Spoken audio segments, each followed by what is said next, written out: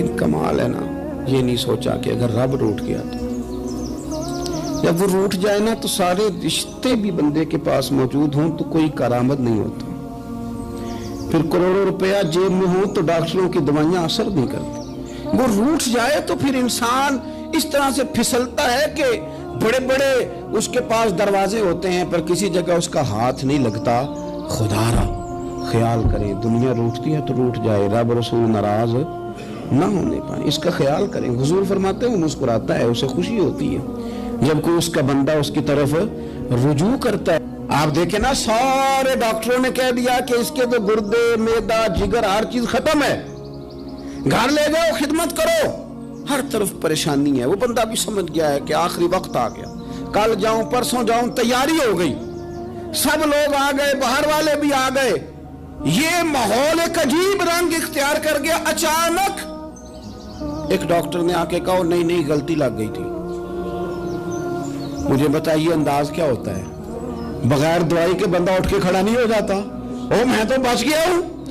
میرے نبی پاک صلی اللہ علیہ وسلم مثال دیتے ہیں، فرمایا ایک آدمی صحرا میں جا رہا، صحابہ سے حضور خطاب کر رہے ہیں، فرمایا ایک آدمی صحرا میں جا رہا تھا، اس نے اپنی اونٹنی پہ کھانا، پانی، پیسے، ہر چیز رکھی ہوئی تھی۔